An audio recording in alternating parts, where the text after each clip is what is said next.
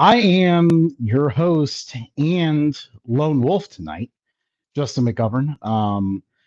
My colleagues were not able to join tonight.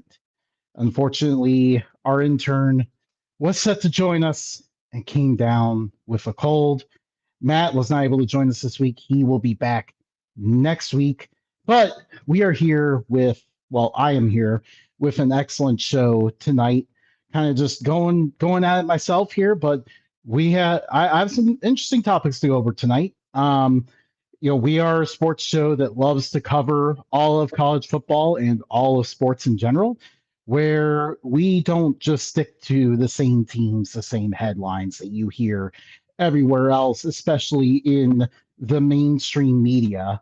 We tend to go and cover those storylines that aren't getting covered. And one of those in college football, I think everyone very much just focuses on the playoff and everything related to that. But college football is more than that. The bowl games are a special part of college football. Really, it was about winning your conference, getting to a good bowl. That's what college football was about for a very long time before it became all about the championship. And yes, winning a championship is extremely important and obviously a game changer for any program that wins it. But I think the bowl games just have not been celebrated enough. And tonight, I'm going to kind of go over some teams that are set to make bowl games that were surprises, were good stories, and all that kind of stuff. Also, going to touch on the coaching carousel because it is just absolutely insane right now. Obviously, we've seen the crazy situations over at LSU and Penn State, and we also saw some other programs making some hires today, so I'm going to be touching on those. And then also looking at the FCS playoffs. We've had a thrilling first round, some really good games. It's going to be fun to kind of touch on what we're seeing going on there. And then finally, going to wrap it up with conference championship picks for this week. So diving right into bowl games here. All 82 teams that are going to be going bowling this year were announced over, I think probably on Sunday, and we had 80 teams that were eligible and hit 6 wins. And then you had the special scenarios where Missouri State and Delaware moved up and were considered not eligible because of some silly outdated rule. I don't know why you punish a team for moving up. But anyways, that they are allowed to make it though if there aren't enough eligible teams, and that's what happened this year. So Missouri State and Delaware got to join as well, and as a result, we have 3 bowl season newcomers. We have Kennesaw State, who is going to the Conference USA Championship. I mean, what a season the Owls have had, and that's why I'm rocking the hat tonight. I'm very much celebrating the year they've had because no one saw this coming. They were expected to be towards the bottom of Conference USA. No one had any optimism about them. They had the rough go of it last year and then fired their coach 1 year into being an FBS. And they found their way. Jerry Mack, it turned out to be a good decision because Jerry Mack is a fantastic coach. And he showed that right away. Just immediately, this team found so much improvement. That defense was playing at a high level. And then you saw the offense taking off this year as well. So that got the Owls to 9 wins. And they had a loss to Jacksonville State that was probably a little bit regretful. Had, I believe, 4 turnovers in that one. Lost by 1 point at an 8-win Wake Forest team. So you look at the Owls, and they had a fantastic season. And then you go to Missouri State. This is the program that everyone kind of looked at when they announced their move. And everyone was kind of like, why did they do this? Why did Conference USA choose this team? Why is this the team that's moving up? They can't overcome the Dakotas and all that. How are they going to be competitive at this level? And they said, we're going to be able to step up. We want to, instead of trying to compete for championships at the FCS level, we feel like moving up is going to help us get our name out there more and everything like that. And right now they're being proven correct. Missouri State had, they had an early season game against SMU that ended up on main CBS because of a rain delay elsewhere.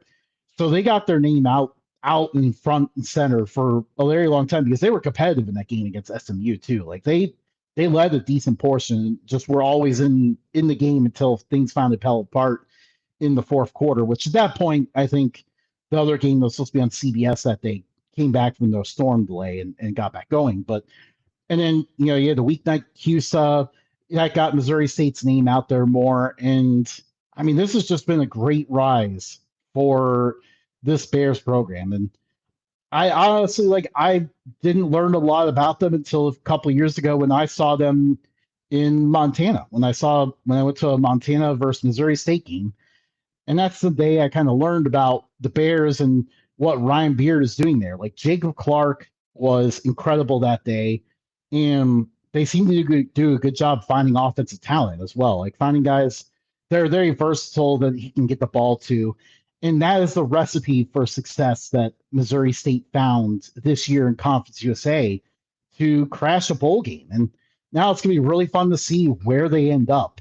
I saw, I think Brett McMurphy's projections had them even maybe playing Cincinnati in the Independence Bowl. Like your first year in FBS and you are already in a bowl game and getting in a historic bowl against a Power Four program, like that would be incredible for Missouri State's program, and exactly why this is the exact vision they had when they moved up, and they hit that in year one. So congratulations to Missouri State. That is really awesome. And then finally, you have the Delaware Blue Hens. They've been there, done that, won FCS titles, compete at the top level, and decide, we're going to bring FBS football to the state of Delaware. It wasn't always easy for Delaware. They kind of had some struggles later on in the year at their strong start. But in the end, Delaware found their way to 6 wins. They beat a really good UConn team, 9-win UConn team, by the way, and managed to get to 6 wins and then got fortunate with that spot being available. I cannot wait to see where Delaware ends up as well, because it's been definitely a lot of fun seeing what the Blue Hens were able to do this year. And again, like this was the team that was in the CAA, which has that weird deal of Flow Sports. So for a long time, Delaware football has not been visible to most anybody. And now, they had their games all the way, the weeknight games were on TV. Everyone really got to know this program and see what their environment's all about. Their fan base is really passionate, and I'm very happy for both of these programs. Just year one in FBS, already going bowling. That is an incredible accomplishment moving up to this level. Jacksonville State deserves a shout out as well, by the way. They're going to the Conference USA Championship. I'll talk about that a little bit later on. But Jacksonville State so far this is year 3 at the FBS level, and Jacksonville State has now been bowling all 3 years. That's something no one's ever done. And Conference USA Championship 2 out of the 3 years. That's also something that I'm pretty sure has never been done. So Jacksonville State's program deserves a real good shout out. So, but yeah, you get to others bowl teams here. Some of the unexpected bowl teams. I think some teams that were kind of buried and lost in the preseason that no one really expected a lot of managed to make some bowl games. Northwestern is definitely the first one that comes to mind. I think entering the year, I mean, people were like, "Oh, well, if I dive into the team, there's some things I like about some of the guys they brought in, the coordinator change in the offense and stuff." But it was just like you look at their schedule and it was hard to find wins.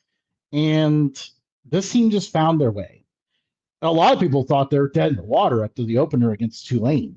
Northwestern got smacked around by the Green Wave that day, but really, other than that, like Northwestern generally played some really good football. Winning against Penn State and sending that program into complete and utter disarray. Again, we'll talk about that a little bit later on, but that was a huge accomplishment. Northwestern was competitive in other games too. Like they hung with Illinois in the snow. They probably should have beaten Michigan, but let that game slip away. There was a lot to be proud of for the Northwestern Wildcats this year. So they're very happy for that team.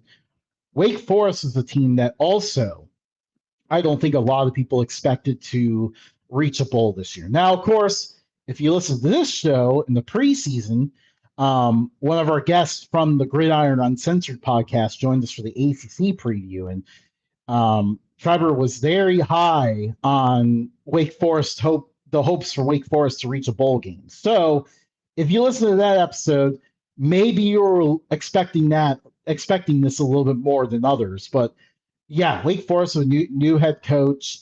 Sure, the schedule kind of worked out in their favor a little bit, but no one expected them to be as good as they turned out being. And again, like ended up winning 8 games this year. That was a really good accomplishment for that program. And it's a program that had been struggling for a while too.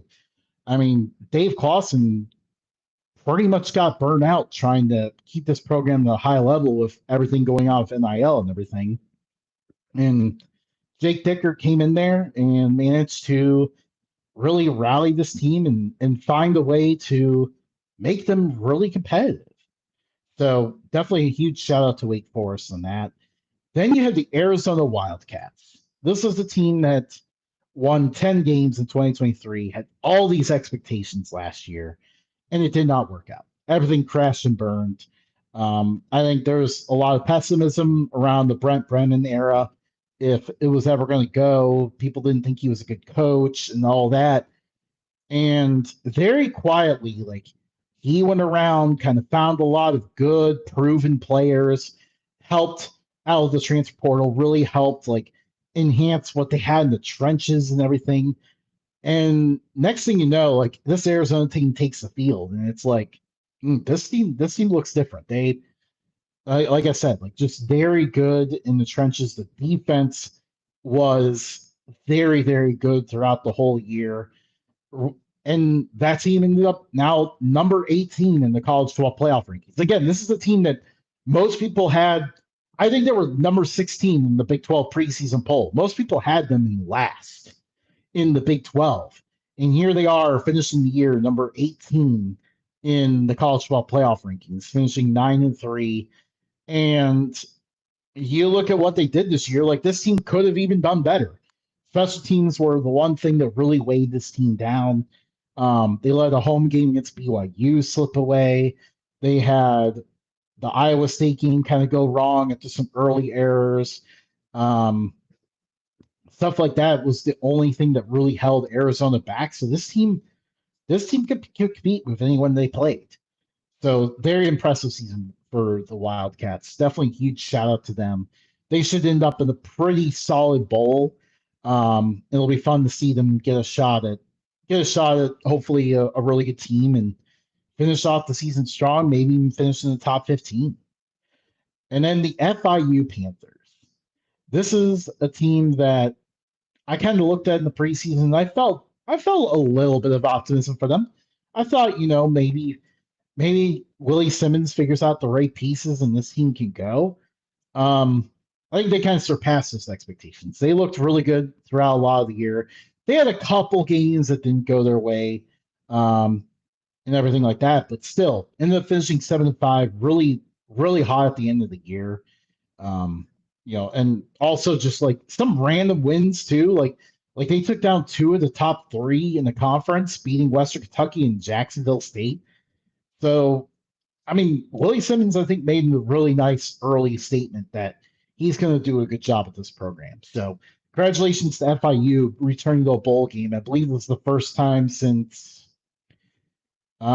maybe like 2019 since FIU's been in a bowl game. So, huge return to bowling for them. It may have been more recent than that. I'm trying to work off of no stats in front of me at the moment, but yeah. And then you get to Hawaii returning to a bowl game finally. Now I know this team has not been since right around COVID time, 2020, early in 2020, when Todd Graham burned everything down on his way out. I believe they got to a bowl game and then actually couldn't play in it because so many people transferred out because of Todd Graham. And it was a long road back for Hawaii. We've been covering it a lot throughout the year. It's been great to see this team's rise under Timmy Chang, it felt like only a matter of time before he really got things going for this program. And, got Micah Alejado, um, was truly the gem, the home state guy who can really get this team going. And he proved to be so electric throughout the year. And they had receivers all over, like, the offense played at the very high level from the start, but then you needed something to keep you going throughout the year because you start to notice there's like a couple games in the middle of the year where things start to slip. Then they found Jackson Harris, and this guy just went off the last part of the year. Just an incredible story. Um, and of course, the kicker never missed a field goal the entire season. I mean, how do you do that? You go literally perfect the whole year. That was incredible. Um, so really, and they're most likely going to the Hawaii Bowl, their home bowl. It's going to be so great to gather around on Christmas Eve with the family, get the TV on, and watch Hawaii back in the Hawaii Bowl. Everything just feels right when you see that happen. So very excited for the Warriors and everything going on for that program. And I've been seeing like some very interesting options. Like it sounds like they may get a legacy Pac-12 team coming to the island. Like I think I even saw Cal throughout there. So that would be a very fun draw for Hawaii, and a very awesome one. So congratulations to Hawaii. What a season. Then we get to the New Mexico Lobos. Now, this is one of the stories of the year. I think everyone kind of got their attention on what Jason Eck was doing there when they blasted UCLA 35-10 or whatever that was earlier in the year on a Friday night. Like that was the moment where everyone kind of woke up to what they're doing. They had a couple games in there where things kind of slipped off a little bit. And then this team is a wagon in the last couple months. Won 6 games in a row to end the year. Ended up 9-3, the best season we've seen for New Mexico in some time. I want to say since 2016. I know Bob Davie had a really good year in there, but this Lobos team was just electric to watch. Like they had a loaded group of running backs. The defense was flying around. I think that was kind of the thing that took a lot of people time to get used to because last year it was a team with electric weapons and offense, but the defense was not able to keep up. Their defense basically gave up points as quickly as they were scoring them. And now this year, it was completely different. They had a really good defense to pair with a fun offense, and that proved to be the difference. That's why this team wasn't in a 4-way tie for the Mountain West title at the end of the year. And honestly, like I hate how the tiebreaker rule worked out because I feel like New Mexico probably should have been competing in the Mountain West Championship this weekend. They ended the season a lot hotter than basically they were hottest team in the Mountain West end of the year. So like they were playing at such a high level. It really would have been awesome to see that team manage to do that. But Jason Eck is there. He obviously is very excited about building something special. There's been a lot of great energy coming from Albuquerque this weekend, and this week after that game against San Diego State. Like it's awesome to see. Like this is the beauty of college football. You get to see these different areas like Albuquerque, New Mexico, get involved in the sport and really just get some excitement around their hometown team. It's just stories like that just really make this sport special. So very awesome for New Mexico. And then we get to Southern Miss, who was down for a really long time, got themselves a proven coach in Charles Huff, and he's done a fantastic job this year. They were good from the jump, found themselves in Sun Belt title contention. Unfortunately, the last couple games did not go their way, kind of ended the year in the losing streak. But hey, this team's going back to a bowl game again, and they're playing good, fun, exciting football. So I think that's really good for everyone to see. I remember growing up and historically seeing Southern Miss be one of those really, really good teams. Always a pain for any big time program to play. Like I remember, them winning games against like Nebraska and Alabama and Florida State, like all those kind of programs. And obviously, being a problem within their state against Ole Miss and Mississippi State as well. That's the Southern Miss football that I remember seeing. And I'm very excited that Charles Huff is getting that program back to that point. So that'll be very good. And a good Southern Miss is good for the Sun Belt, too.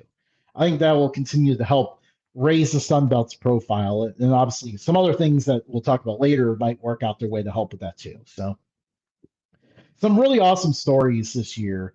When those, I mean, obviously there's great ones everywhere. There's 82 teams, but those are about. I think I ended up going over about 10 of them that are really exciting teams that you'll want to make sure you watch when you get to see this bowl schedule come out next week.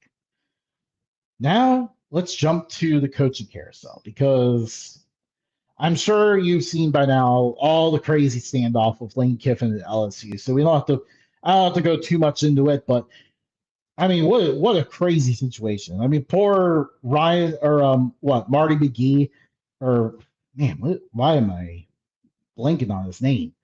But yeah, that poor dude just stuck in the Ole Miss facility all of Saturday. Like everyone else is watching college football, watching the games. This man's just trying to do his report and ask Elaine, like, hey, are you ever going to make your decision? Like, am I ever going to get to leave?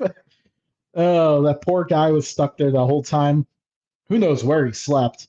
And then had to chase down Lane at the airport to get the interview. I mean, seriously, look up that story about like how he had to get to them. Like it was insane. And I mean, in terms of handling leaving a program, I really don't think you could do it much worse than the way Lane Kiffin did it. Like, just let this team high and dry, leaving for a rival in the middle of a historic run.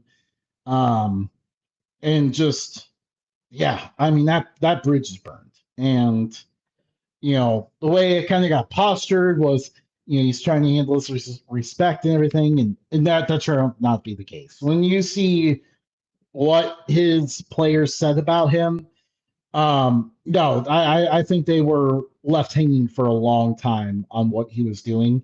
And yeah, he handled that situation just so poorly. And now, Ole Miss is trying to go to the playoff run without their head coach. Obviously moving on to the Golding era. So we'll see how that goes. Definitely was quite the fiasco there. But somehow, because this is college football and we always love to have crazy things go on, it does not compare to what's happening at Penn State right now. Penn State just kept striking out and coaches after coaches. Like you saw all the coaches go off the board on Sunday, and it was like, so Penn State, are you guys going to do something? Then apparently Kalani Sitake becomes the target, and it was a very weird idea in the first place because he fits culturally so well at BYU. Like that place is home to him. And it just felt weird, the idea of him going to Penn State. Just it never felt like that idea was going to work for either party. Then here goes Crumble Cookies. Their CEO joins in and basically raises all the NIL funds, the contract extension stuff, and BYU ends up keeping Kalani Sitake. He stays home. I definitely love to see that because I feel like it's a lot more fun and exciting to see a coach who just feels like they belong in a place. And like when I think of BYU right now, like I think of Kalani Sitake. I feel like he's just such a good fit for what that program is. And I'm excited that he's staying, and it's exciting to see the investment that they're making too. I think it's gonna be really, really exciting for the future for BYU. And they're already playing well. Like they are the only team that got left out of the playoff last year that has an argument for getting in. They beat SMU. And then this year, they probably should be in the playoff again, but the committee is really dealing them a tough hand right now. But yeah, he's really getting this going. But Penn State, is just striking out on coach after coach. I mean, even today now, it's like, oh, well, Jeff Brom was considered, but he's staying at Louisville. He signed an extension. Brent Key at Georgia Tech signed an extension. So congratulations again to everybody getting paid because of Penn State being out there and not being able to find anyone. Their recruiting class is a total disaster at this point. I think all day today, like signing day kind of took a backseat to everyone just paying attention to Penn State's class and seeing where it was ranked in like 150th, 144th. I think at one point it wasn't even ranked at all. It was so bad. Um, so just a completely tanked recruiting class when they needed one too. Like they have 30 seniors on the team. Like they really, really needed a big class, and they're not getting one right now. So just really just a total disaster. While James Franklin, the man they fired, is over at Virginia Tech, basically taking all of Penn State's recruiting class over there and just crushing it on the recruiting trail in general. So it'll be very interesting to see how all that unfolds. But Penn State, you got to find a coach at some point. Just oh man, I wonder if they're going to figure anything out. That at some point they're going to land on someone. They'll probably be the interim coach or something. But what a total just unmitigated disaster that is. Finally, you get to USF making a huge move. They hire Brian Hartline. I think it was a surprise to some people. A lot of people probably thought, Hartline could probably hold out and maybe get like, a power four job or something right away. But I think what you're starting to see, and you could tell this trend, especially with the SEC positions, like you saw everyone tend to hire, except for the Ole Miss, which is a special situation. Everyone hired a sitting head coach.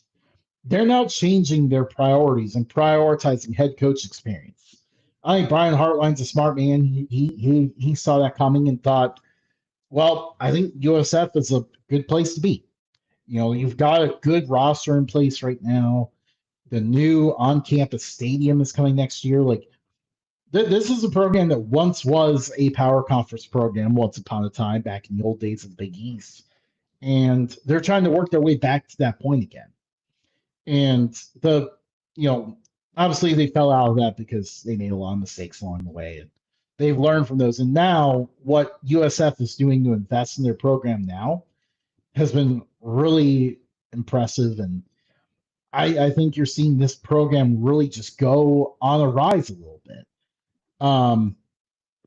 The Bulls made a massive move with Brian Hartline. This is gonna be a part of it. Like he is going to give the Bulls access to recruits within Florida that you really don't see them get. Like I think they're going to be able to bring in some four-star receivers. Like his track record of getting guys to the NFL,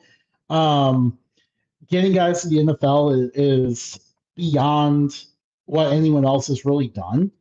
So he's going to be able to sell that, and I think you're going to see USF put out a fun offense. And we got some comments in the chat here. Queso, welcome to the show. Go Duke, need them to beat Virginia. Yes. I mean, this is just so great that a 7-5 Duke making the ACC title game is just hilarious, but also like it's also a lot of fun too.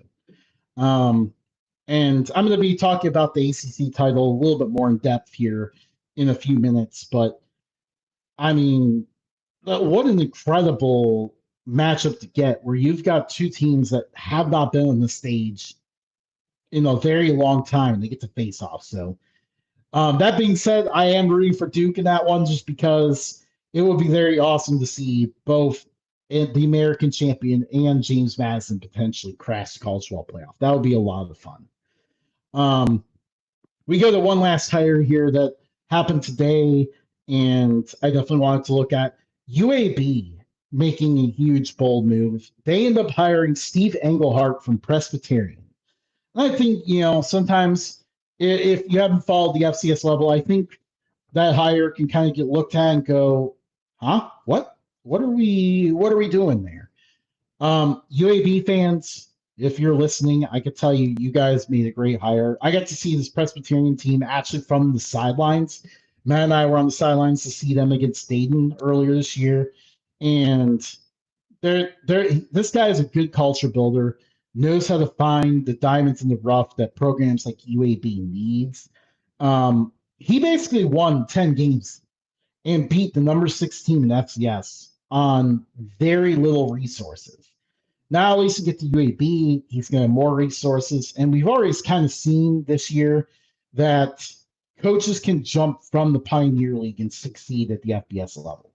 We saw Rice improve with Davidson's former coach, Scott Abell. We saw Mike Uremovich go to Ball State from Butler, and he had success. So we got to see that path last year, and it worked out very well. So I think UAB, it's a bold move for UAB, but I think this is something closer to what we saw when UAB got Bill Clark in there. They went with a guy that knows how to win with less resources and someone that's really going to just build a program and build it right. So I think we're going to finally get back to seeing UAB play good football. And Queso, another comment from Queso here. So DB at Texas A&M versus North Texas playoff matchup. Oh, that would be so much fun. In-state battle there in Texas. North Texas being a program that could represent the entire DFW area is just absolutely incredible. And I think I posted the stat earlier today. Like, if North Texas were to make it, that means that all 3 FBS teams in the DFW area will make the college football playoff. And all of that has happened in the last 4 years. So quite a role that area is on. And yeah, that matchup would be so much fun. Nice little in-state battle there. Good for the state of Texas. It's always great to see teams there playing well. We go to the FCS playoffs though. We had the first round on Saturday. Kind of was very difficult to keep track of just because all of them were at once and then they ended. Would really like to see them, the FCS kind of stagger kickoff times a little bit more in the future. I think they'll continue to work on that just because it's all of a sudden like a bunch of games are on at once and then you get to the middle of the afternoon and all of them are over. I think you could really just stagger those. I know, sometimes it's about like trying to keep the fans out of the cold and stuff, but I don't know. I think it would be a lot of fun if you got to see more standalone windows with the FCS playoffs, and you'll get some of that this weekend. The big takeaway: the Missouri Valley Conference really flexed their muscle once again. You saw North Dakota just blast Tennessee Tech. Tennessee Tech was a very good team, and North Dakota straight up dominated them from start to finish. Illinois State with a dominating road win over a good Southeastern team. I mean, just those are the 2 most impressive ones, but then you also had the South Dakota and South Dakota State both hosting teams, and both of them rolled to easy victories. South Dakota State rolling past New Hampshire in the snow. New Hampshire just looked like they were having a miserable time out there. South Dakota State started to look like the usual level that we're used to seeing them play. And really, you're going to see some really intriguing matchups here in the second round. Like, you're going to have South Dakota State playing at Montana. That is going to be a very, very intriguing matchup. I think you're looking at a team that Montana's had a really good year, but man, if they in their first round get taken down by South Dakota State, like that is going to be that would be a tough one for Grizz fans for sure. But that is going to be one of the huge showdowns you'll see. North Dakota State plays Illinois State. That one will be, I think North Dakota State's going to kind of roll in that one. The other one that's intriguing, and this one's going to be one that we're picking in a little bit. UC Davis plays Rhode Island. That game is going to be a standalone game, the only after dark game this weekend. It's 10 o'clock on ESPN2, I believe, so make sure you watch that one.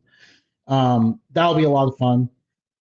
And then you have the story of the first round.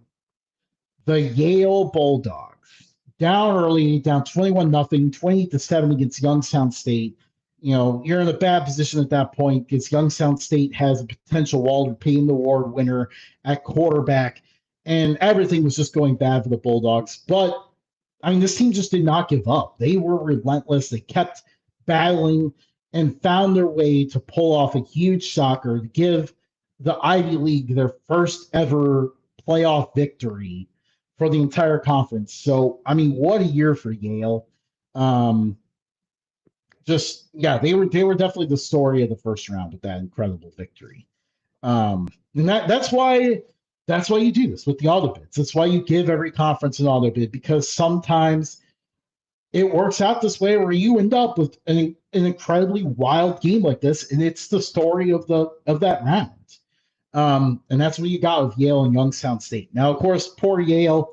Their next game would be going to Bozeman to face Montana State. That's the story of the FCS playoffs. Sometimes you have to go to some real brutal road games. And obviously, you know, Queso said in the chat, like, he hopes it snows in Missoula. I do too. That would obviously be a lot of fun. Snow games are the absolute best. And you really get a lot of good snow games when you watch FCS football, because you have these Montana teams both playing outside and everything. That the Snow Bowl in Missoula will be absolutely incredible. And of course, you know, that snow makes its way maybe down the highway a little bit, makes its way to Bozeman as well. It'll be a tough one for Yale.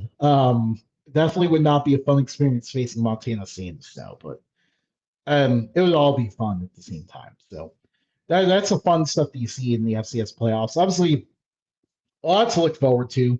I think, you know, Lehigh is going to be playing this round. They've been an incredible story this year. Tarleton State will face North Dakota. And then, of course, you have South Dakota going to Mercer. So Mercer getting a home shot against the Missouri Valley team will be a lot of fun. So, yeah, definitely going to be a very fun next round here in the FCS playoffs. So can't wait for it. It's going to be a fun weekend there. That gets us to our picks for the week. The conference championship week is here. Let's go through all of them. So we start with the American.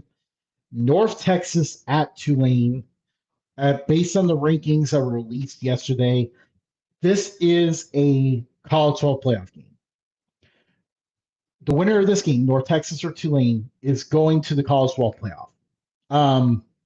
Depending on how things go elsewhere, might even be an 11 seed. So this is going to be a very exciting matchup. Obviously, Tulane is 10-2 on the year. You know, they had the two losses. This is a team that kind of didn't play full games of football sometimes. You know, they had a couple games slip away from them a little bit. And then North Texas has been just one of the stories of the year. Now, of course, if you listen to this podcast in the preseason, you would have kind of known that North Texas is going. I mentioned them from the beginning of the offseason as a team that I thought could take a huge step forward. I really loved what they had on offense. I thought they had a lot of electric weapons everywhere. And I ended up underselling it. I liked what they did in defense as well. I meant to say that. I meant to say that I also liked what the improved defense is going to help them as well. And I ended up underselling it. Like, I thought, you know, maybe this team could hit 9 wins or something like that. No, this team's 11-1, looking for a spot in the college ball playoff. And really, like, the only time they lost all year was a 6 turnovers or whatever barrage against South Florida that didn't go well. But other than that, like, this team has been rolling. They have blasted opponents in their path. The offense is just remarkably efficient.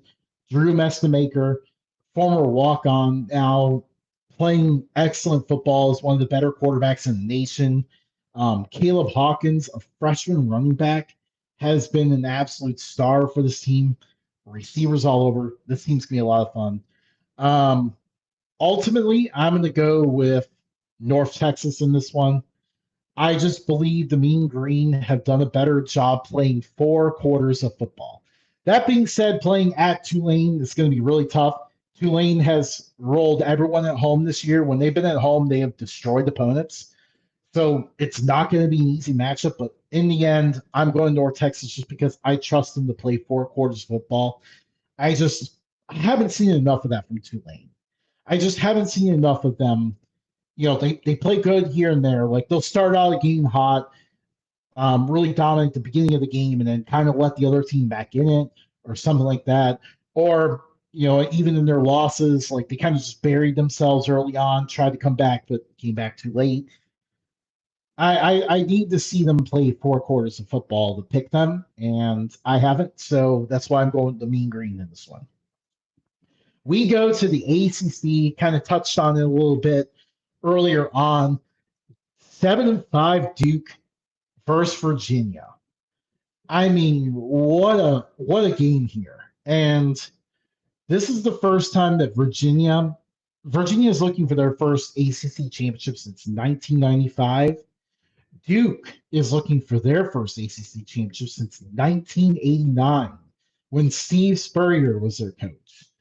Now, the ironic part about that 1989 championship is that Duke and Virginia actually shared the ACC title that year.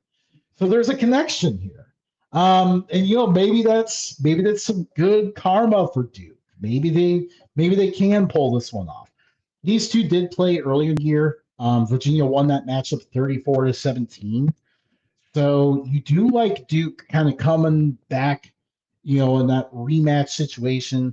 It was very odd though, because I remember it was a game that like a lot of people thought this was the game that where Virginia would get taken down, then Virginia just stepped up and crushed them. But here we are again. I'm going to go with Virginia, though. I think the Cavaliers, ever since they got upset a few weeks back, they've really been on the roll. And kind of, because this is a team that loved to tempt fate for a little bit there. They kept winning a lot of close games, and then finally they had one bite them. And ever since then, they've been playing really good football. Chandler Morris has been incredible this year. That offense has been great. Cavaliers crashing the college football playoff. I mean, what a story that is. We go to the Big 12, BYU and Texas Tech. BYU looking for the Big 12 title for the first time. Texas Tech looking to win a conference title for the first time since they were in the Southwest Conference. Incredible rise for both programs. Really, two teams that, in my eyes, are college football playoff teams. I don't like that the committee is not respecting BYU for what they've done. So this is kind of BYU's last shot here. The committee is not going to give you respect. You got to go in and force their hand, maybe against Texas Tech. Obviously, the game against Texas Tech did not go well. LJ Martin was hurt for BYU in that game, and I know that definitely played a factor. So I think BYU can make this competitive, but this Texas Tech team is just a wagon. Like, you don't think of defense when you think of Texas Tech. You always think of the high-flying offense, but Texas Tech had the top defense in college football this year. They are just absurdly loaded with talent on that side of the ball. Obviously, Rodriguez at linebacker is a dog, and they just loaded up on incredible transfers on that defensive line that just make every game a long game for quarterbacks this year. So I cannot pick against this Texas Tech team. This team is just too much of a wagon, but I think BYU will make this a very competitive game that potentially goes down to the wire. We go to the Big Ten. Now, obviously, I don't have to spend a ton of time on this one. You've heard a lot about this matchup elsewhere. Indiana and Ohio State, number 1 versus number 2. I mean, surprisingly not receiving that much hype, but both teams undefeated. I think this is going to be a really fascinating matchup just because you're seeing both teams get tested in a way that you haven't seen them get tested all year. Ohio State's toughest game was the most recent one at Michigan. Indiana obviously handed Oregon their only loss on the road. So these two teams have kind of been a step above everyone else this year. Now they face each other. And we're really this game is kind of weird because there's not a ton of stakes. Like both of them are going to get a first round bye. They're going to be in the top four, yada yada. But I think what's very intriguing about this matchup is we're just going to learn a lot about both teams. We're going to find out more about what are their weaknesses before they enter the playoff. So that's going to be really interesting to see. And obviously, this Indiana offense has been very high flying throughout the year. It's going to be fun to see them try to challenge an Ohio State defense that just has looked extremely dominant all year. And likewise, Ohio State's offense will be challenged by a tough Indiana defense. So it'll be a very interesting matchup. Obviously, huge for Indiana because they're looking for their first win over Ohio State in a long time, their first conference title, I think, ever. Just what a rise for that program. That being said, I've got to go Ohio State in this one. It's just really difficult to pick against that team right now. We go to Conference USA. You have the Kennesaw State Owls. I talked about them earlier on in the show. Just what a rise for this program. 9-3 on the year. Just one of the best stories out there. Taking on Jacksonville State. This is a rivalry game. It's kind of a rivalry that formed when they were both at the FCS level. It formed very naturally. Both teams, they're regional and played really good games. Like they had a 5 overtime wild game in like one of their first matches against each other. And this thing is now this is the year where this rivalry is permanently taking off for good. You had the first matchup. I think Kennesaw State fans feel very bitter about how their team played in that game.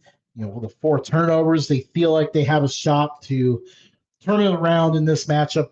Jacksonville State, on the other hand, obviously has been playing very good football, especially at home. This team has been lights out at home all year long. So you've got two teams here that are really, two teams that don't like each other that are going to be really, really intriguing. I've got to go with Jacksonville State at home in this one. Again, this team they're undefeated at home all year this year. They don't quite take the show on the road. That's been kind of their weakness a little bit. They were kind of fortunate that their road schedule in Conference USA play involved, road games with 3 of the worst teams in the conference. So that kind of helped out the Gamecocks a little bit. But at the same time, that's not a factor. They're at home. I got to go with them in this matchup, but definitely be interesting to see if Kennesaw State can pull this off because, pretty cool in their second year of FBS competing for a conference title. We go to MACtion. Western Michigan and Miami. Western Michigan 8-4 in the year. They're entering this matchup kind of bitter a little bit because they were one bad quarter from an undefeated season in MAC play. That one bad quarter happened against the Red Hawks. They had a bad quarter against them and got taken out by Miami. Miami's kind of gone through a really chaotic year. This is their 3rd straight MAC title appearance, but they got here despite a lot of craziness elsewhere. They had their quarterback just abruptly quit the team right before a huge game against Toledo. They got crushed in that game. And all they did was find their way back. Like they found a freshman quarterback who's been really electric, and all of a sudden you're seeing this offense take off better than it has all year. Their defense is going to be good. It's a Chuck Martin team. Of all the teams, like he's gone to the MAC championship, this is definitely one of Chuck Martin's best coaching jobs, just because it took a lot to get them there. I'm going to go with the Red Hawks in this one just because they've been here before. But obviously, one factor to watch here, and I think that's why some other people in our pick'em competition are going to pick Western Michigan. We've seen rematches in the last 2 MAC championships, and in those rematches, the team that lost the first matchup won the second time. So that's definitely an argument in favor of Western Michigan. But ultimately, I decided to go Miami just because I went with the team that has been here before. They know how to win on the stage in the MAC title. So give me the Red Hawks in this one. We go to the Mountain West.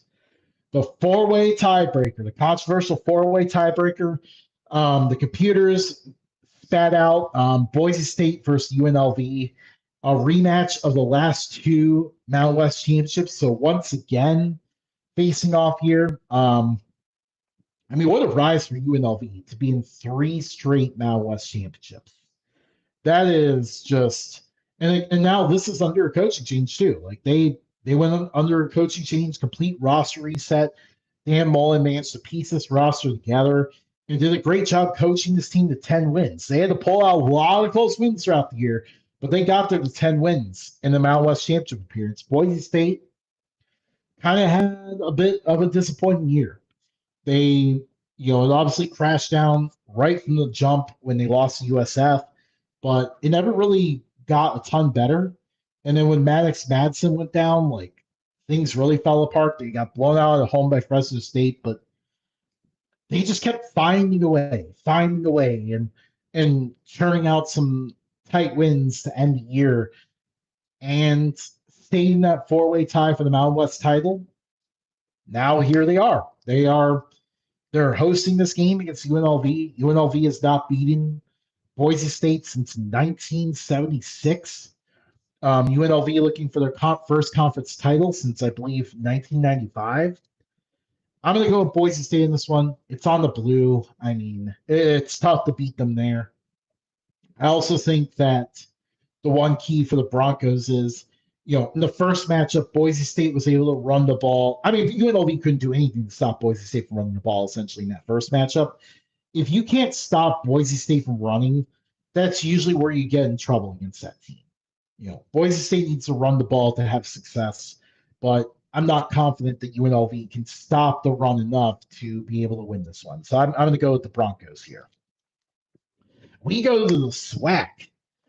Prairie View taking on Jackson State. Prairie View with the coach who went viral last year because of all his crazy transfer portal rules and everything. And by the way, it worked. Completely revamped roster. I think he brought in like 40-something transfers. And this revamped Prairie View team ended up winning 9 games and making it to the SWAC championship. So, it was very entertaining seeing all those crazy rules go viral, but it worked. It worked. He's really improved Prairie View rapidly. That being said, Jackson State's going to be a really tough matchup. This team is a wagon.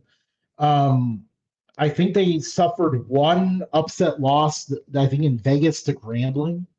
But other than that, like they're undefeated against FCS competition this year. Just such a tough team to stop. I'm going to ride with Jackson State this one just because, again, like this team, complete wagon. Celebration Bowl berth on the line. 2 o'clock kickoff here, 2 o'clock Eastern, I should say. I know it's on one of the ESPN networks, but the actual network escapes me at the moment. But this is going to be a very fun game to watch, especially something to some alternative program in the afternoon because other than this next game, there's nothing on in the afternoon for some reason. Seems like the networks wanted to clear that out for something. But SEC Championship, Alabama, Georgia. I mean, honestly, like I know, we're different how we watch college football. The SEC does not interest our podcast as much as it interests others. And this game, it's another Alabama Georgia SEC championship. We've seen this many times. The two teams played each other earlier this year. I'm not super excited for this one. I kind of wish I had other games to watch in the afternoon instead of this game. But it's going to be really interesting. That being said, Georgia obviously trying to hold on to the top 4 seed. But this is Georgia's biggest arch nemesis. Really, outside of last year's struggles, Georgia generally tends to roll past everybody. But the one thing that always seems to get in Kirby Smart's way is Alabama. And it doesn't even matter who the coach is there. We saw it again this year. Like Georgia made uncharacteristic mistakes against in their loss to Alabama that they didn't make in any other matchup.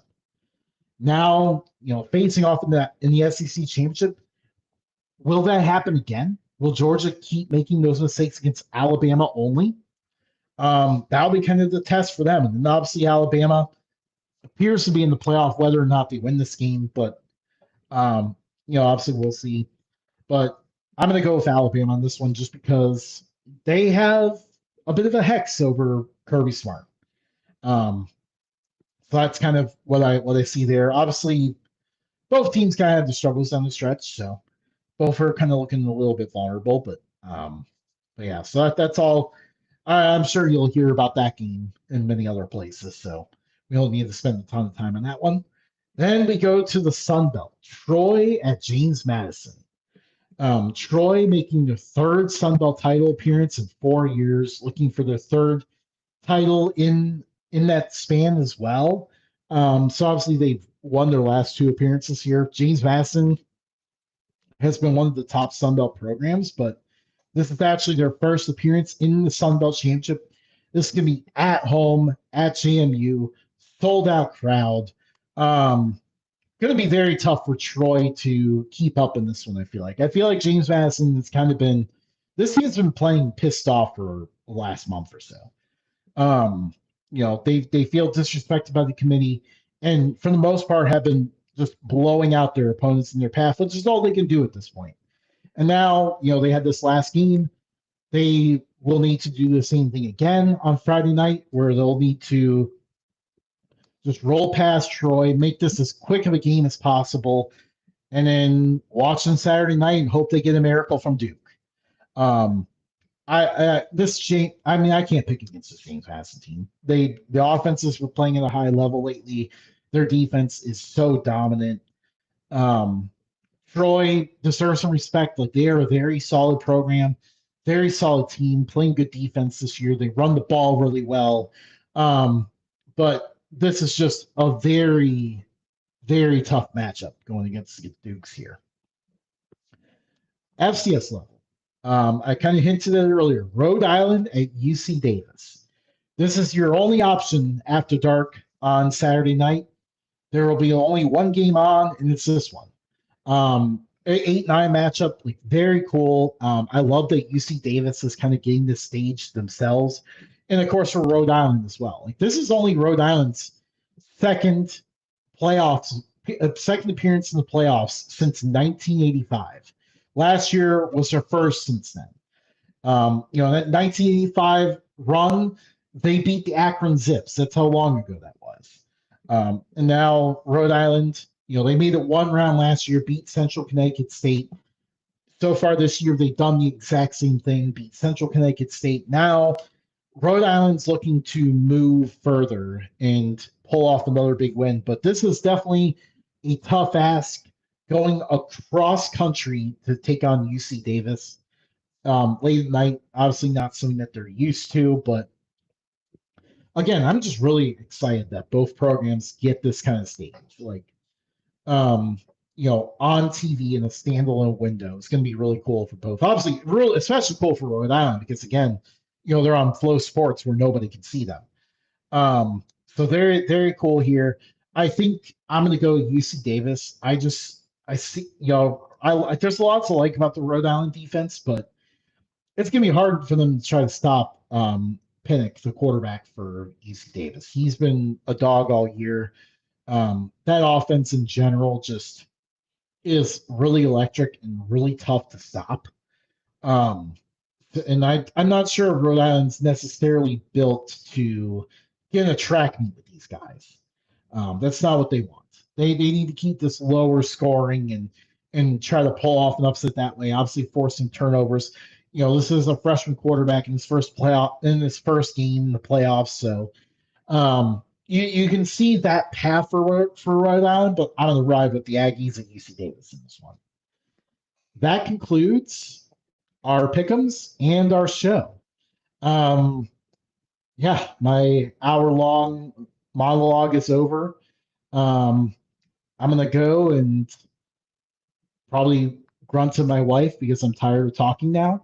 But but yeah, thank you for joining us tonight. Obviously, got some comments in the chat too. It's always fun when guests join the show, especially in a unique circumstance like this one.